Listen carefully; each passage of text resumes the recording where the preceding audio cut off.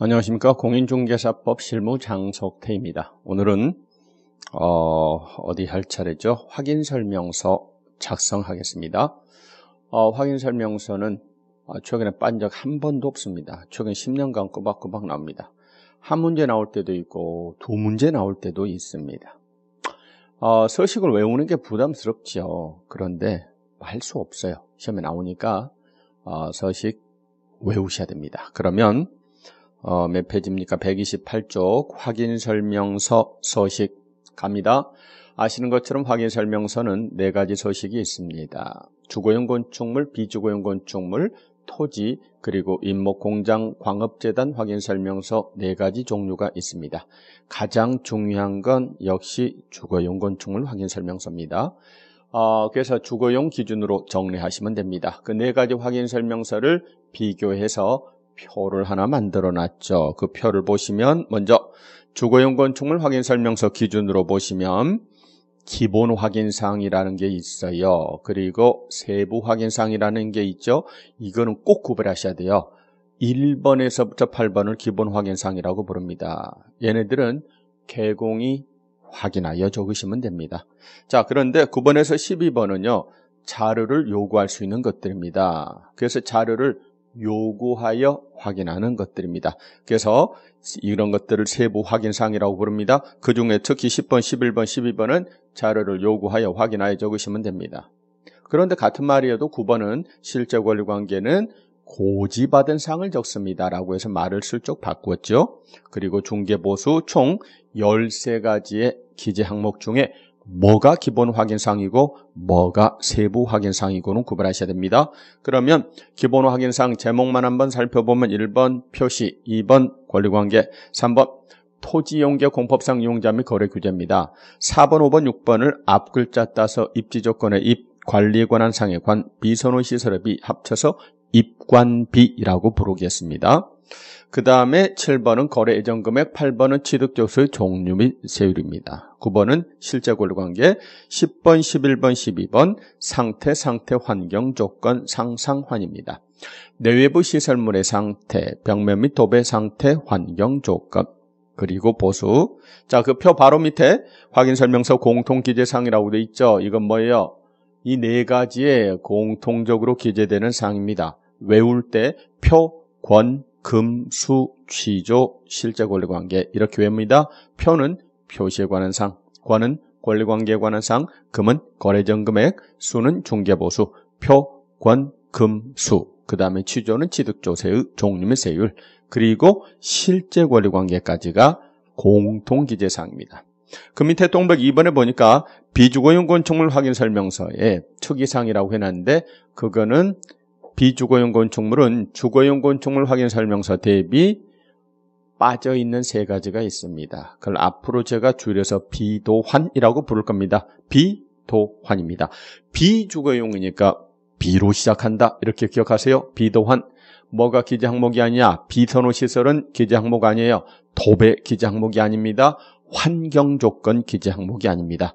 비도환은 기재 항목이 아니다라는 점 주의하셔야 됩니다.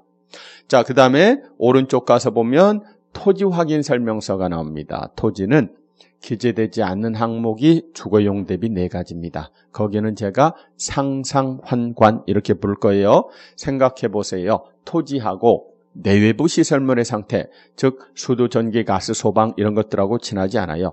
토지하고 벽면 도배하고도 친하지 않아요.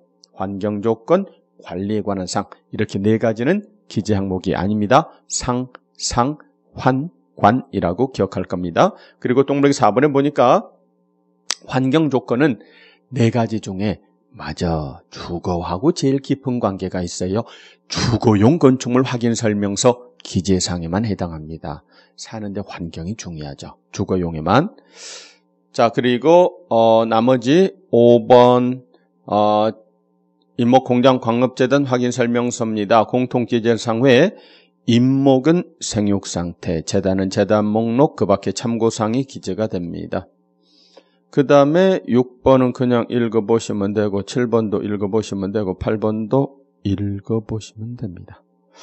뭐 특이한 사항은 없고 읽으실 때 잘 이해가 안 되는 부분은 별로 없는 것 같아요. 자, 그중에 6번을 보니까 6번을 볼까요? 자료요구 범위에 관한 이야기입니다. 자료요구 범위는 9번에서 12번까지가 자료요구 범위에 들어갑니다. 그런데 왼쪽 표를 보시면 자료요구 범위가 비주거용 건축물은 좀 달라요. 왜냐하면 거기 보시면 비주거용 건축물에 벽면만 써져 있고 도배는 없죠. 환경 조건은 X라고 되어 있죠. 왜냐하면 비주거용 건축물 확인 설명서는 그렇습니다. 기재되는 항목이 비도환이라고 했어요. 그래서 도배가 기재 항목이 아니에요. 환경 조건이 기재 항목이 아니니까 자료요구 범위에 들어가지 않는다. 그 이야기입니다.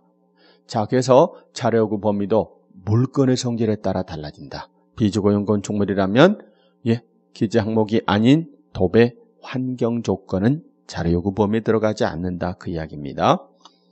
자, 그러면 확인 설명서 서식이 있습니다. 확인 설명서 서식 일단 눈으로 슬쩍 살펴볼까 합니다. 거기 보시면 확인 설명서 1 주거용 건축물입니다. 단독 공동 매매교환 임대 그리고 설명할 때 근거자료 체크하도록 돼 있죠. 그리고 기본 확인사항이 쭉 나옵니다. 1번 일단 흐름만 살펴봅니다. 대상 물건의 표시, 2번 권리관계, 3번 토지용객, 공법상 용자 및 거래규제, 4번 입지조건, 5번 관리 관한사항, 6번 1km 이내의 비선호시설, 7번 거래정금액, 8번 취득시 부담할 조세의 종류 및 세율. 그리고 세부 확인사항은 9번 실제 권리관계, 10번 내외부 시설물의 상태, 수도전기, 가스, 소방, 난방, 승강기, 열, 배수, 그 밖의 시설물, 11번 벽면 도배, 12번 환경조건, 그리고 보수, 맨 밑에 서명 날인은 뭘 주의한다? 하나는 민날인, 하나는 또는 날인. 누구는 민날인? 개공과 소공. 누구는 당사자는 또는 날인한다는 점 주의하셔야 됩니다. 그러면 한 페이지로 넘겨봅니다. 자, 이번에는 확인 설명서 작성하는 구체적인 방법입니다. 이 방법 중에 몇 가지만 읽어보고 문제 풀어보도록 하겠습니다. 자, 그 중에 먼저 두 번째 꺽쇠 세부 항목 2번에 보니까 1번에서부터 8번까지, 즉 기본 확인사항 1번에서부터 8번까지는 어떻게 해요? 개공이 확인하여 적습니다. 그러나 이것과 비교되는 게 9번을 보세요. 9번에 가서 보면 10번, 11번, 12번 상상환, 10번, 11번, 12번 상상환은 어떻게 해요? 자료를 요구하여 확인한 사항을 적습니다. 그렇죠? 그리고 그 밖의 시설물에는 가정 자동화 시설 설치 여부를 적습니다. 그 바로 위에 8번으로 올라가서 보면 자료요구 범위가 9번에서 12번인데 9번은 말을 살짝 바꿔서 고지받은 사항을 적습니다. 고지한 사항을 적습니다. 이렇게 말했습니다. 자, 이어서 고지한 사항을 적고요. 공동주택인데 분양을 목적으로 건축됐으나 분양되지 않아 보존 등기에만 맞춰진 상태인 공동주택입니다. 즉 미분양 아파트예요. 분양 목적으로 지었는데 미분양된 아파트를 임대로 돌렸어요.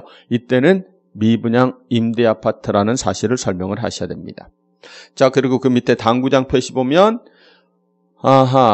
임차인이 있으면 임대차 보증금, 차임의 계약기간, 장기술산 충당금 처리 등을 확인하고 근저당이 있으면 어디까지만 하면 족하다? 채권 최고예요. 그 밖에 경고 및 특이사항이 있으면 확인하여 적습니다. 자, 그리고 다시 작성 방법 중에서 3번 대상 물건의 표시는 3번의 동그라미 1번 대상 물건의 표시는 대상 물건의 표시칸은 대장을 보고 씁니다. 자, 그리고 건축물의 방향은 어디 기준? 주실의 방향을 기준, 그 밖의 건축물은 주된 출입구 방향을 기준으로 적습니다. 특히 5번이 시험에 잘 나옵니다. 토지용계 공법상 용자 및 거래 규제입니다. 건폐율 용적률 상한은 조례, 도시군 계획, 지구단위 계획, 그 밖의 도시군 관리 계획, 계획은 개공이 확인하여 적고 그 밖의 사항은 토지용계 확인서, 공부로 확인할 수 없는 내용은 종합 정보망에서 확인하여 적습니다. 단 임대차의 경우는 생략할 수 있죠. 자, 이어서 7번 예정가격입니다. 완성되기 전, 공시지가 공시가격도 완성되기 전입니다. 전부 다 완성되기 전이지 완성된 후 아니라는 점 주의하셔야 됩니다. 전 가격을 적습니다. 다만 임대차의 경우 공시지가 공시가격은 생략할 수 있다. 자, 그리고 7번 동그라미 8번 취득시 부담할 조세 종류 세율은 역시 완성되기 전 세법 내용을 확인해 적습니다. 임대차 경우는 제외합니다. 아까 보니까 임대차 경우 생략할 수 있다라는 말을 쓰는 게 2번이고요. 제외한다가 1번이에요. 뭐하고 토지용객과 개별 공시지가 공시가격은 임대차 경우 생략할 수 있다. 그런데 취득조세의 종류 및 세율은 취득하는 게 아니니까 임대차 경우는 취득하는 게 아니니까 생략할 수 있다가 아니고 제외한답니다. 자, 그러면 그 바로 오른쪽에 보니까 중개활동과 경영이라고 하는 게 있습니다.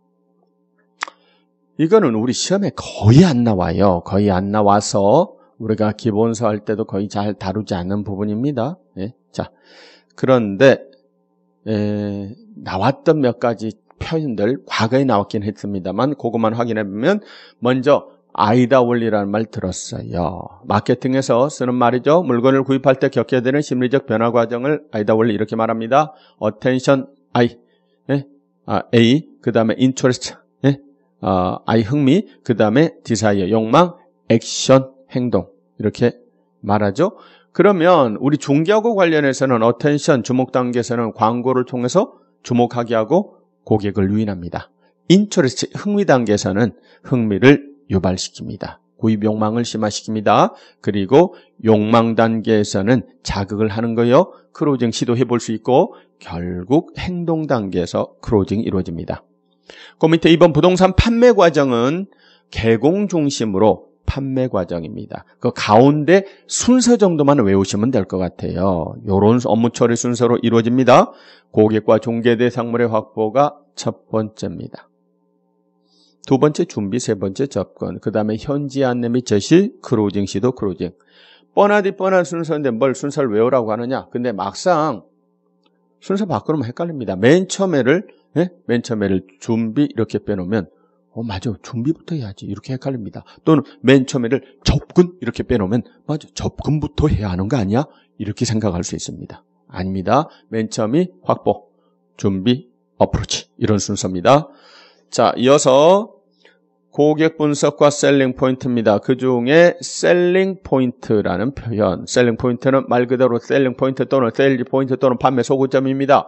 고객에게 만족을 줄 수 있는 특장점을 말합니다. 여기서 고객은 누구죠? 권리를 취득하려는 고객에게 만족을 줄 수 있는 특장점, 세일즈 포인트를 말합니다.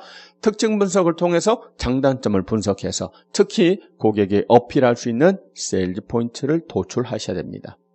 자, 그런데 그렇습니다. 셀링 포인트는 흔히 3가지 측면으로 구분합니다. 부동산은 3측면을 활용하죠. 기술적 측면, 또 경제적 측면, 또 법률적 측면의 셀링 포인트 이렇게 3가지 포인트로 구분합니다. 기술적 측면의 셀링 포인트는 기초 설비, 시공, 동선 이런 것들이죠. 경제적 측면의 셀링 포인트는 뭐니 해도 싸다는 겁니다. 그렇죠? 그리고 수요 공급 경기 순환. 법률적 측면의 셀링 포인트는 진정성, 규제 내용, 세법의 내용 이런 것들이 될 겁니다. 자, 그리고 크로징입니다. 마무리하는 겁니다. 크로징은 마무리하는 거죠. 계약서를 작성하고 서명 날인시키는 방법입니다. 자, 크로징의 방법은 쭉 한번 읽어보시면 됩니다. 그 중에서 3번 부분선결법이라는 게 있지요. 말 그대로입니다. 부동산 구입이라는 큰 결정을 바로 이끌어내는 건 부담스러워요. 그래서 부분을 먼저 선결짓는 방법입니다. 먼저 선결을 지어서 구입이라는 큰 결정을 이끌어내는 방법. 이게 부분선결법입니다. 자, 그리고 135쪽 가면 중개업 경영의 특징이라는 게 있어요. 초창기 3회 때인가 4회 때 시험에 나왔던 건데요. 경영관리 이론의 빈곤 등등 있습니다. 그 중에서 제가 봐서 문제화할 수 있는 건 바로 밑줄 친 3번, 4번, 7번입니다. 부동산 시장은 일반 상품 시장하고 차이가 있는 게 뭐냐? 그랬더니 수요자 공급자가 고정적이지 않아요. 비고정성. 오늘은 매도인이 내일은 매수인이 됩니다. 왔다 갔다 바뀔 수 있습니다. 또 잘 노출이 안 돼요. 그리고 고객 의사결정의 유동성입니다. 순간의 선택이 평생을 좌우한다고 그러죠. 그래서 하루에도 12번씩 고민합니다. 살까 말까 살까 말까. 네? 그러니 업자는 개공은 고객처럼 같이 따라서 왔다 갔다 하면 안 되고 확 땡겨야 됩니다. 땡기는 능력이 요구됩니다. 그 다음에 순수익의 고정성, 이렇게 거짓말 많이 하겠죠? 고정성이다, 유동성이다, 유동성. 그렇죠? 순수익이 왔다 갔다 합니다. 이사철에는 좀 많이 벌고 비수기에는 손가락 빨고, 그렇죠? 또 정부가 어떤 정책을 펴느냐에 따라서 왔다 갔다 합니다. 순수익이 고정돼 있지 않습니다. 자, 그리고 그 밑에는 우리 시험에 나왔던 여러 가지 그 계산 문제입니다. 계산 문제, 그리고 그 계산 문제를 풀기 위한 공식입니다. 근데 이 부분은 좀 이따 문제를 풀면서 그냥 같이 처리해 보면 됩니다. 현재 가치 구하는 공식, PV는 FV 곱하기 1 플러스 RN분의 1. 실현 수익률은 실현된 수익을 투자 비용으로 나누면 되겠죠? 똑같지만 지분 투자 수익률은 지분 투자해 가지고 순수익을 나누면 되겠죠? 투자 가치는 순수익을 요구 수익률로 나눈 겁니다. 그리고 그 밖에 비율 임대차 계약. 요거는 직접 계산 문제를 좀 이따 풀어보면서 알아보면 될 겁니다. 그러면 문제로 한번 들어가 봅니다. 문제집 358쪽으로 갑니다. 문제집 358쪽으로 갑니다. 역시 똑같은 요령으로 저는 홀수를 풀 겁니다. 여러분이 짝수를 푸시기 바랍니다. 자, 63번입니다. 확인설명서에 관한 내용입니다. 옳지 않은 걸 고르셔. 1번 확인설명서는 4가지 종류가 있다. 오케이. 2번 비주거용 건축물 확인설명서입니다. 자, 요거 한번 알아놓읍시다. 주거용 건축물 확인설명서는 공동주택, 단독주택 이렇게 구분합니다만 비주거용 건축물 확인설명서는 요거 참고로 알아봅니다. 업무용, 상업용, 공업용, 기타로 구분하도록 되어 있습니다. 비주거용 중에 업무용이면 업무용의 체크, 상업용이면 상업용, 공업용이면 공업용의 체크, 기타면 기타에 체크하시면 됩니다. 이 말 맞습니다.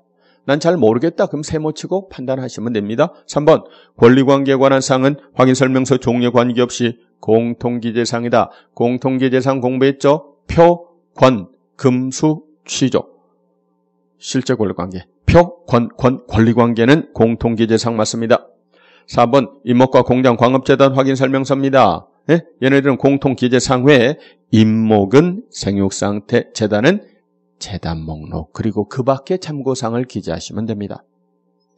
좋아요. 5번 비주거용 건축물의 경우 내외부 시설물의 상태, 벽면 도배 상태, 환경 조건에 대해서 개공은 매도 의뢰인에게 자료를 요구하여 기재합니다.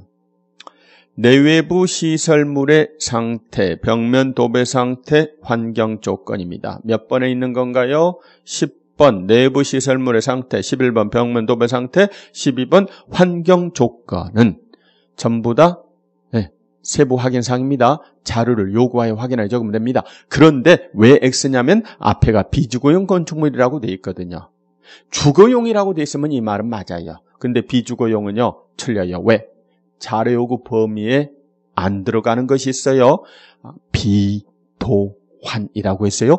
비주거용 건축물 확인 설명서에는 비선호 시설과 도배와 환경 조건이 기재항목이 아니에요. 자, 따라서 거기 도배하고 환경 조건에 대해서 자료를 요구하여 기재한다. 이런 말을 쓸 수가 없다니까요. 그래서 5번이 X인 겁니다. 65번 확인설명서 작성에 관한 설명 중 옳은 것을 고르시기 바랍니다. 1번 대상물건의 표시란입니다. 1번 칸 대상물건의 표시 소재, 지목, 면적, 구조, 건축연도, 용도, 요거 쓰는 칸입니다. 1번 칸을 채울 때는 등기부가 필요하다. 대장이 필요하다. 대장을 확인할 기재합니다. 1번 완벽하게 맞습니다. 2번입니다. 관리에 관한 사항입니다. 관리에 관한 사항은요, 참고로 서식을 보시면서 꼭 복습하시면서 직접 풀어보셔야 돼요. 뭐가 기재 항목이냐? 경비실이 있는가 없는가? 자치관리인가 위탁관리인가를 관리에 관한 사항에 기재하는 겁니다. 지금 여기 보면 주차장, 판매 의료시설은 입지조건란에 기재하는 겁니다. 입지조건란에 도로, 대중교통, 주차장, 판매 의료시설, 교육시설 이런 걸 기재합니다. 그래서 2번은 틀렸습니다. 3번 건폐율 상한, 용적률 상한은 기재하지만 건폐율 상한, 용적률 상한은 기재하지만 지구단위 계획구역, 도시군 계획시설은 기재하지 않는다. 거짓말이죠. 건폐, 용적률 상한 기재합니다. 뭐 보고 쓰나요? 네? 시군 조례 보고 씁니다. 그런데 계획도 기재합니다. 계획은 계자가 들어가는 것은 계공이 확인하여 적는다. 이렇게 외웠습니다. X. 4번입니다. 환경조건란에는 뭐가 들어갈까요? 일조, 소음, 진동이 들어갑니다. 승강기 배수시설은 내외부 시설물의 상태란에 들어갑니다. 5번 내외부 시설물의 상태란에는 벽면 상태를 기재한다. 아닙니다. 벽면과 도배 상태를 기재하는 칸이 따로 있습니다. 지금 이 문제를 통해서 알 수 있듯이 서식의 구체적인 디테일을 모르면 풀 수가 없어요. 그럼 귀찮더라도 서식을 통째 정리하셔야 됩니다. 67번으로 갑니다. 확인설명서, 비주거용 건축물 확인설명서 작성할 때 조사 확인 방법으로 틀린 걸 고르셔. 1번 소유권이야 당연히 등기부, 2번 지목은 대장, 3번 건폐 용적률 상한. 이거 맨날 물어본다니까요. 이거 토지용계획 확인서 안 해요. 뭐요? 조례, 시군, 도시계획 조례 보셔야 돼요. 3번 X. 4번 공부로 뚫어지게 쳐다봐도 알 수가 없다니까요. 토지용계획 확인서 가지고 토지거래 허가구역 해당 여부는 알지만 나머지는 알 수가 없어요. 이런 것들은 부동산 종합 정보망을 확인하여 적으시면 됩니다. 5번 공시되지 않은 물건의 권리에 관한 사항입니다. 네? 고지한 사항을 적으시면 됩니다. 틀린 건 3번입니다. 69번 갑니다. 확인설명서 작성 요령입니다. 틀린 것을 고르시오. 이렇게 물어봤어요. 1번 실제권리관계, 내부 시설물의 상태, 벽면 도배 상태, 환경 조건입니다. 아하, 뭔가요? 9번, 10번, 11번, 12번입니다. 모두 세부 확인 상란에 속하는 것들입니다. 맞지요? 2번 주거용 건축물의 경우 건축물 대장상 위반 건축물 여부 위반용을 기재합니다. 지금 위반 건축물 여부를 기재하도록 하니 마련되어 있습니다. 근데 참고로 위반 건축물 여부는 뭐를 봐야 될까요? 등기부를 볼까요? 건축물 대장 볼까요? 건축물 대장을 보시는 겁니다. 건축물 대장을 보시는 거예요. 2번 괜찮아요. 3번 건물의 방향, 주택의 경우는 거실이나 안방 등 주실의 방향. 좋아요. 그 밖의 건축물은 출입구 방향을 기준으로 표시하고 방향의 기준이 불분명하면 기준을 표시하여 적습니다. 예를 들어 남동향 어디 기준? 거실 앞 발코니 기준. 이런 식으로 기준을 표시하는 겁니다. 그렇습니다. 4번 비주거용 건축물 확인 설명서에 도배와 환경 조건은 기재하지 않느냐. 비선호 시설은 기재해야 된다. 4번이 X죠. 비도환이라고 공부했어요. 비선호 시설은 기재 항목이 아닙니다. 그래서 4번 틀렸고 5번 실제 권리관계 또는 공시되지 않은 물건의 권리에 관한 사항은 모든 확인설명서 공통기재사항이다. 공통기재사항 표, 권, 금, 수, 취죠. 그리고 실제 권리관계. 실제 권리관계는 공통기재사항 맞습니다. 그렇습니다. 똑같은 서식의 특징과 작성 요령을 계속 공부하고 있습니다. 71번은 여러분이 직접 풀어보시기 바랍니다. 여러분이 직접 외우면서 푸는 게 더 나을 것 같아요. 73번 한번 해봅시다. 똑같은 거니까 넘어가고 73번은 풀어봅시다. 73번 24회 기출입니다. 소공이 중개하에 작성한 확인설명서에 개공이 서명 날인했다. 소공은 서명 및 날인하지 않아도 된다. 전제 조건이 뭐예요? 소공이 중개하여 이렇게 제시가 됐죠. 소공 너도 했으면 안 한다. 해야 한다. 했으면 너도 의무입니다. 해야 합니다. 네? 소공 서명 날인해야 합니다. X. 2번 주거용 건축물의 구조나 진동에 관한 확인 설명 의무는 없다. 주거용 건축물에서 구조나 진동은 뭐예요? 네? 구조나 진동. 구조는 기본적 사항이고 진동은 환경 조건입니다. 확인 설명 안 한다. 해야 된다. 해야 됩니다. 기본적 사항도 설명하고 주거용 건축물은 환경 조건도 설명해야 됩니다. X. 3번 비주거용 건축물의 경우 확인 설명서에는 소음에 관한 환경 조건도 기재합니다. 비주거용은 비도환 환경 조건 기재하지 않습니다. X. 4번입니다. 근저당 설정됐다. 실제 피담보 채무까지 조사 확인을 설명하는 의무는 없다. 그럼 어디까지만 하면 된다? 네? 채권 최고액까지만 하면 되지 실제의 채무액을 조사 확인 설명할 의무는 없다. 맞지요? 그렇습니다. 4번이 맞습니다. 5번 토지에 관한 확인 설명서는 등기된 토지 임차권이 존재하더라도 이를 기재할 필요가 없다. 아니, 등기된 임차권입니다. 등기부상에 드러난 권리관계 당연히 확인 설명서에 기재할 필요가 없다. 기재해야 된다. 기재해야 됩니다. 권리관계란에 당연히 기재를 해야 되겠죠. X. 옳은 것은 4번입니다. 자, 그러면 75번도 비슷한 문제예요. 여러분이 풀어보시면 됩니다. 자, 그럼 중개활동으로 가보도록 하겠습니다. 중개활동 문제 366쪽으로 갑니다. 366쪽으로 갑니다. 1번 셀링 포인트에 관한 설명입니다. 틀린 것을 고르시기 바랍니다. 셀링 포인트에 관한 설명입니다. 틀린 걸 고르세요. 1번 부동산이 가지고 있는 여러 가지 특징 중에서 고객인 의뢰인의 욕구를, 여기서 의뢰인은 취득 의뢰인의 욕구를 충족시켜 줄 수 있는 특장점을 말합니다. 당연하지요. 2번 각각의 셀링 포인트는 물건이 갖는 고유의 특성이라고 할 수 있지만 모든 특성이 절대적인 건 아닙니다. 상대성이 있을 수 있지요. 어떤 사람에게는 장점이지만 또 어떤 사람에게는 단점으로 작용할 수도 있어요. 좋아요. 3번 부동산 가격 및 임료 수준의 적정성은 기술적 측면의 셀링 포인트에서 가장 중요한 내용이다. 뭐죠? 가격과 임료 수준의 적정성은 뭐죠? 경제적 측면의 셀링 포인트에서 제일 중요한 거예요. 기술적 측면의 셀링 포인트는 주로 설계, 설비, 동선, 시공의 질, 건축, 자재, 공법 이런 것들은 새로운 신기술이 대두됨에 따라서 그 특징이 점차 약화됩니다. 3번이 틀렸어요. 이거는 경제적 측면의 셀링 포인트입니다. 4번 과다한 셀링 포인트는 매수 의사결정에 결정적으로 작용할 수 있는 셀링 포인트 제시효과를 떨어뜨릴 수도 있습니다. 너무 많은 장점을 제시하면 진실성이 없어 보여요. 결정적 셀링 포인트 한 방짜리 효과를 감소시킬 수도 있습니다. 좋아요. 5번 주택의 경우 교육 여건이나 투자 가치가 매우 중요한 셀링 포인트로 활용될 수 있습니다. 그렇죠? 뭐 옛날에 강남 8학군 그렇죠? 지금도 강남, 대치동, 목동 이런 데는 중요한 셀링 포인트로 활용이 됩니다. 자, 이어서 3번 갑니다. 틀린 것을 고르시기 바랍니다. 1번 부동산은 개별성이 강하므로 셀링 포인트가 다양화되지 못하는 점이 단점이다. 개별성이 강하니까 엄밀하게 말하면 완벽하게 동일한 부동산은 없으니까 셀링 포인트도 다양하게 나올 수밖에 없지요. 그렇습니다. 1번 X, 2번 틀린 말이죠. 2번 개공은 특성 설명과 함께 잠재적 욕망을 자극하도록 셀링 포인트를 조성하여 강조할 필요가 있습니다. 그렇죠? 손님 데리고 와서 그냥 밋밋하게 설명할 게 아닙니다. 그냥 좋다고 말할 게 아닙니다. 그중에 콕콕콕 집어내서 이거 보세요. 여차저차 쿵차쿵차합니다. 엄청 좋아요. 셀링 포인트를 끄집어내서 어필 강조해서 클로징에 도달해야 됩니다. 3번 셀링 포인트는 인공적인 것 외 자연적인 것도 많지요. 4번 법률적 측면에서 권리 분석을 했다고 해서 그에게 무한 책임을 지을 수는 있다 없다? 없어요.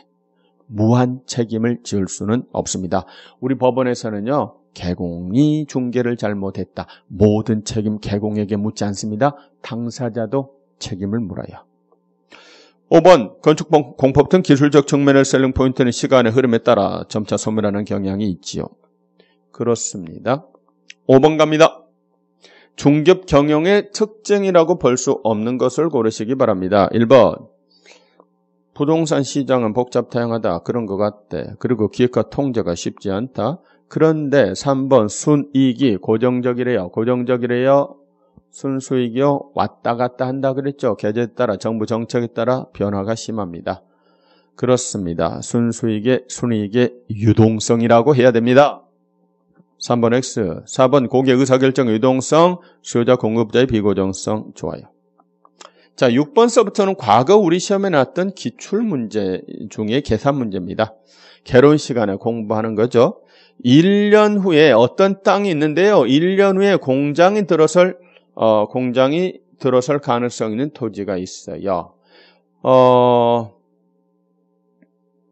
다음의 조건이 주어질 때 투자자가 살 수 있는 가격도 되고 토지 소유자가 팔 수 있는 가격도 되는 걸 고르셔. 이때 요구 수익률은 10%고 1년 후 신도시가 들어서는 것이 확실하게 되면 얼마요? 8,800만 원이 된대요. 그러시고 들어서지 않은 것이 확실하게 되면 6,600만 원이 된다고 가정을 해봅시다. 1년 후에 그렇습니다. 지금 다른데 대안적으로 투자해서 거둘 수 있는 요구 수익률은 몇 퍼센트라고요? 10%라고요. 자, 그렇다면 현재 시점에서는 1년 후 FV 가격을 요구 수익률로 할인을 해서 현재 가치화를 합니다. 그리고 그 현재 가치한 금액보다 더 싸게 주고 살 수 있으면 10% 넘는 수익률을 거둘 수가 있죠. 그런데 현재 가치한 금액보다 비싸게 주고 사야 한다. 그러면 10% 넘는 수익률을 거둘 수가 없으니까 차라리 딴 데 투자할 거예요. 결국은 현재 가치를 구하는 문제입니다. 그래서 현재 가치 Present Value PV는 FV 곱하기 1 플러스 요구 수익률 R을 N년 후로 나누는 겁니다. 자, 그러면 FV는 계산을 해야 되는데 이렇게만 제시가 됐어요. 별말 없으면 신도시가 들어설 확률도 절반, 들어서지 않을 확률도 절반, 따라서 두 개 더해서 2로 나누면 FV가 나옵니다. 그래서 얼마가 나온가요? 7,700이 나오겠죠. 7,700을 요구 수익률로 할인하는 거예요. 7,700만 원 곱하기 1 플러스 0.1의 N년 후, 1년 후 7,700을 1.1로 나눠서 결국은 얼마예요? 7,000만 원. 따라서 물어봤더니 얼마에 팔 거예요? 예를 들어서 6,500. 그러면 투자하겠죠. 10% 넘는 수익률을 기대할 수 있어요. 물어봤어요. 얼마예요? 그랬더니 7,300. 그러면 산다 안 산다? 안 살 거라 그 말입니다. 그러겠죠? 자, 이어서 7번은 뭔가요? 갑은 A 사무소에서 비상가 30평을 임차하기로 했다.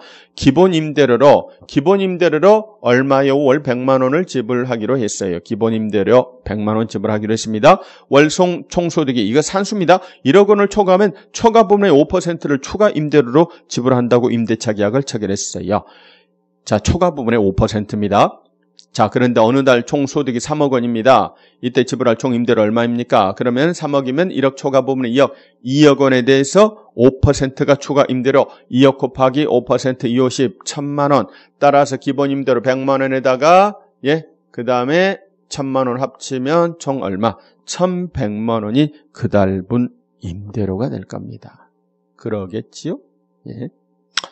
자, 그 다음에 8번으로 갑니다. 이거는 뭐예요? 투자 가치를 구하는 계산 문제입니다. 결혼식은 이건 열심히 공부합니다. 매년 2,100만 원의 확정적 소득이 영구히 기재되는 토지에 투자를 하려고 합니다. 예? 자, 이때 시장에서 국채 적용되는 이자율은 연 4%고 위험 할증률은 3%라고 했을 때 투자 가치 얼마입니까? 단 물가는 상승하지 않습니다. 자, 그렇다면 순수익 2,100만 원을 나눕니다. 요구 수익률로. 요구 수익률은 무위험률 플러스 위험 할증률. 무위험률은 즉 이자율. 아까 이자율이 연 4%, 위험 할증률은 3%. 따라서 2,100만 원을 7%로 나누면 얼마? 3억 원이다 그 말입니다. 9번입니다. 1억 원을 투자하면 2,600만 원 수익이 생기는 부동산입니다. 2천만 원은 자기 자본으로 투자하고 나머지 8천만 원은 이자율 20%로 빌려서 투자하고자 합니다. 지분 투자 수익률은 몇 퍼센트입니까? 1억 원을 투자하면 얼마가 이익이 생긴다고요? 2,600만 원이 생긴대요. 그런데 1억 중에 내 돈은 2천만 원밖에 없고요. 8천만 원은 빌려서 투자한다고 제시가 됐어요. 몇 퍼센트요? 연 20% 그렇습니다. 자, 그렇다면 지분 투자 수익률은 얼마입니까? 실제로 내 돈은 얼마 들어갔나요? 2천만 원 들어갔어요. 2,600만 원 순수익인데 그중에서 비용은 빼줘야 됩니다. 이자 비용 286 연 얼마요? 1,600이 이자 비용으로 지불이 됐으니까 결국 2천만 원 투자해서 1,000만 원 번 겁니다. 그러니 지분 투자 수익률은 몇 퍼센트? 50%. 아파트를 샀습니다. 아파트를 샀는데 얼마 주고 샀냐면 1억 8천 주고 샀어요. 그런데 얼마 주고 팔았냐면 2억 1,600에 팔았습니다. 제 세금 비용은 다 제외하고입니다. 자, 그러면 투자 수익률이 얼마입니까? 이런 계산 문제도 한번 나온 적 있죠? 그럼 1억 8천 투자해서 지금 얼마 벌었어요? 2억 1,600에 팔았으니까 차익이 얼마? 3,600을 차익으로 실현한 거예요. 그렇다면 결국 1억 8천 투자해서 3,600 벌었으니까 투자 실현 수익률은 몇 퍼센트? 수익률 20%겠죠.